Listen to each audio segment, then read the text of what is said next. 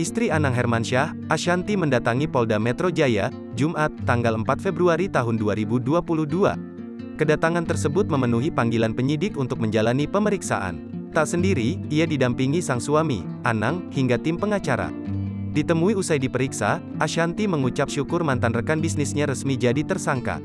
Hal ini disampaikan dalam video yang diunggah di YouTube Seleb Oncam News, Sabtu, tanggal 5 Februari tahun 2022.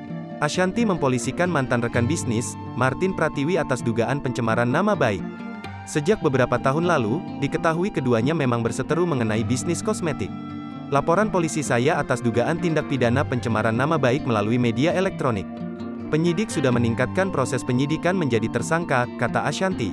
Dalam kesempatan itu, Ashanti turut menceritakan kronologi dari perseteruan dengan Martin Pratiwi.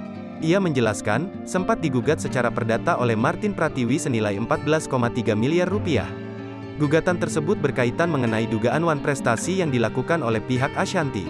Kendati demikian, Ashanti selalu menang meski Martin Pratiwi membawa kasus ini hingga kasasi.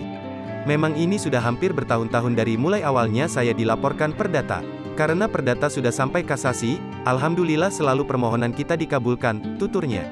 Karena terlalu berlarut, Ashanti justru memutuskan untuk mempolisikan mantan rekan bisnisnya. Berlarut-larut akhirnya saya laporkan beliau di unit cyber. Alhamdulillah dapat kabar baik, terima kasih buat pengacara-pengacara saya juga, terang Ashanti.